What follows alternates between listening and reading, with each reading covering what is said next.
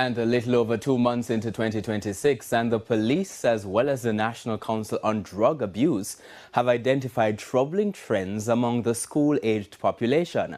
Among them, substance abuse and sex toys. Ramarda Lyons explains.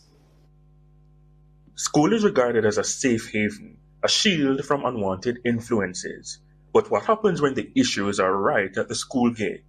DSP Patricia Powell, Zone Officer for Manchester, says adult toys are now a concern. Up to recently, a sex toy was being sold at a particular school, and it is being sold to them, and the children have been bought it, are now experimenting with it on the school compound. Ms. Powell says it's a wrong on the part of vendors who are ultimately selling negativity. The morals and the responsibility of adults to say, I'm making a living, but how will this living that I'm getting impact the general society?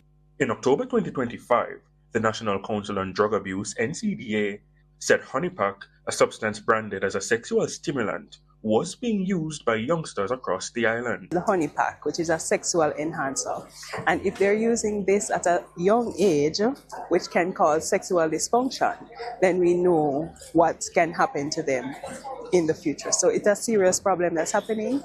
So far this year, the council says it has also noticed an increase in substance abuse in schools, particularly the increased usage of vapes and ganja. The vapes are on the rise right now.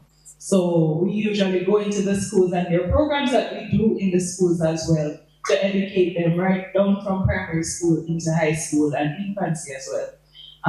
And with that, the aim is that hopefully they will understand and educate others around them who might be using and encourage them to stop. Now, a teacher at Homewood Technical High School says substance abuse has been causing ripple effects. The substances are resulting in a lot of inappropriate behavior at schools and resulting in violence. That's why the NCDA says counseling is also provided for parents struggling to cope as their children are engaged in substance abuse, as well as parents who themselves are abusing such substances. The parents themselves may also need counseling, so the counseling is not just for drug abuse, because we are branching out more now, not just focusing on drugs alone, but we realize that the mental health is very important.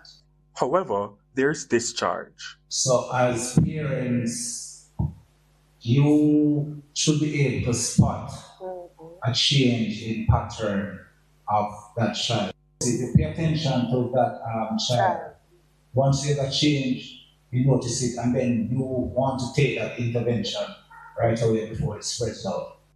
Ramarda Lyons, TVJ News. And